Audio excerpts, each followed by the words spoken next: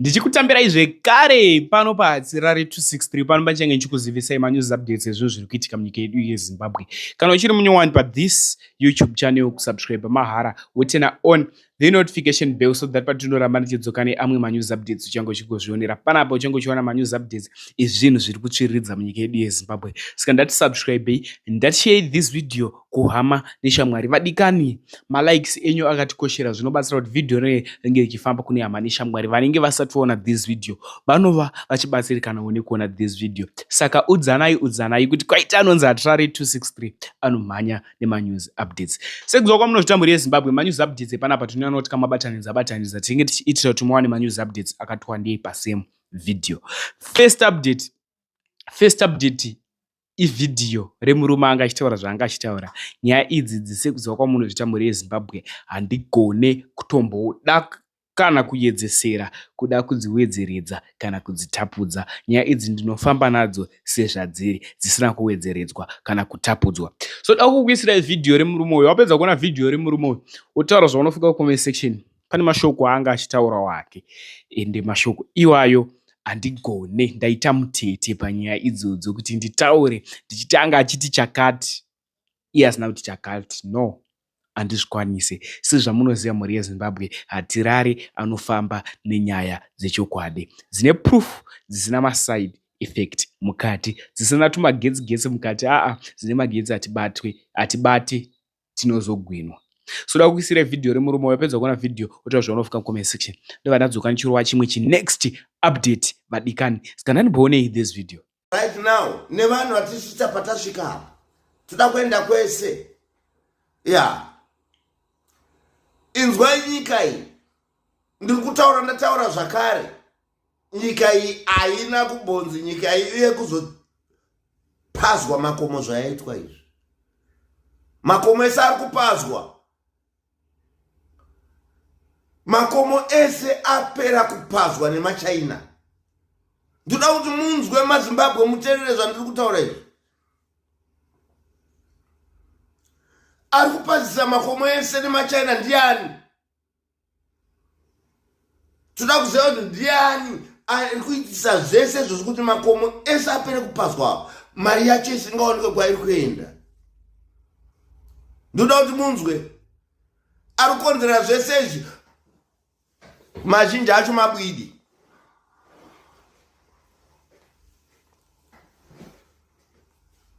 Mazhinji acho mabumbwa nemabwidi nemachikunda. 3 countries, Mozambique, Zambia and Malawi. Those are the majority of these people who commit crimes SAYI. Ndoda kuti munzwe zvatiri kutaura tichiti nyika iyi haichambofa yakatongwa nemunhu asiri indigenous. Ndoda kuti muzive kuti why tiri kutaura kuti munhu asiri indigenous akatipira. Ndo vakaenda vachinotora maChina, ndo vari kuenda vachinotora Belarus, ndo vari kuenda vachinotora Russia. Nyika yakanga ine strong economy before them. Taura kuti Russia yakacontribute chi?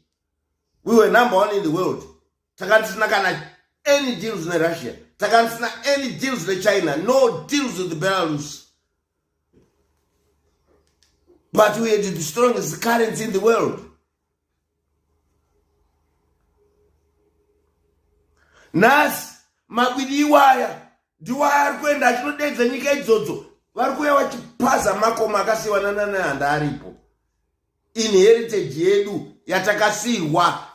Next update muri yeZimbabwe iupdate yevidhiyo raApostle Chiwenga.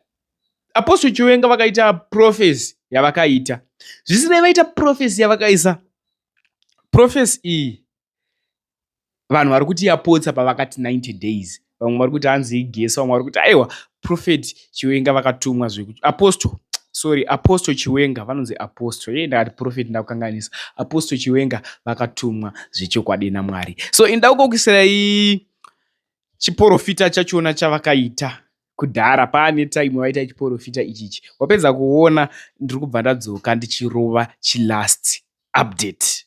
Tova tavharisa edu tozodzoka futi munguva inotevera. Chinoita kuti ndikasike kudzoka nemanews updates andikunyeperei mhuri yeZimbabwe sekuziva kwamunozviita ndinoteerera imimi kubva kwamuri, inyaya yekuti munenge malaika here vhidhiyo rino iri, munenge mawanza malikes here, kana mune mati hatirare dzoka nechimwe here, ndinokasika zveshuwa kudzoka nacho. So ndandimboone vhidhiyo reprofesi yakaitwa naApostle Chiwenga. Let's this video.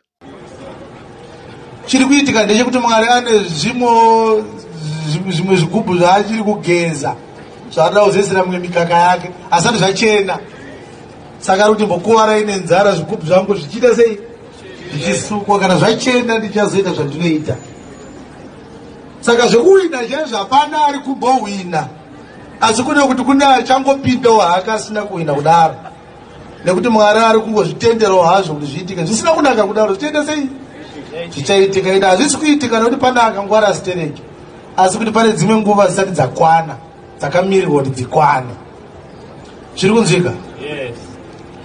Ende ndakamira kudai pane vamwe vanhu vanoita sevari kuwirirana vachaburana manje manje.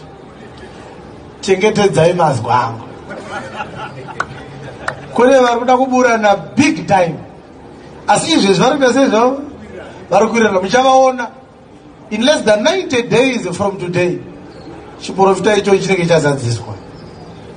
Vanhu vachabvisa mabhatyi, vamwe vakauritsa madundundu avo pachena. Vanhu vakati ndo zvaukaita mukati izvi, tandoti zvaitika izvi kuwaitwa sei, vachinongedzerana kuti uye asiri aiti, mumwe achiti kunyepa iye ndiye asiri aiti, but iye zvino vari kunzwanana. Zvakaitwa futi naMwari izvozvo, vachaburana. Because mbavha zvadzinoita dzinogona kuwirira kuti ngati pazei pakuzogovana zvabiwa panogona kuzonetsa futi.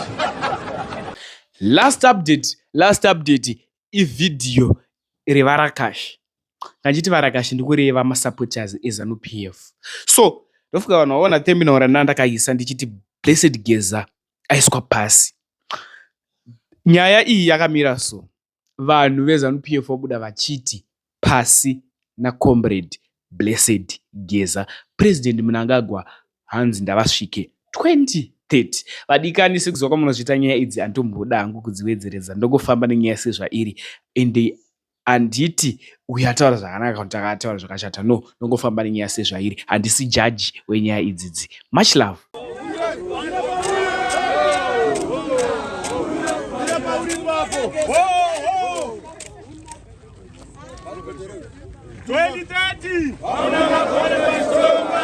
Vanenge vachitonga zvavo baba. Pasina Geza. Take over command mkuru. Mkuru take over command. Over to you mkuru. Mnangagwa oye. 2030. Mnangagwa vanenge vachitonga 2030. Pasina Geza. Vanga varambe vachingotonga. Varambe vachingotonga. Varambe vachingotonga.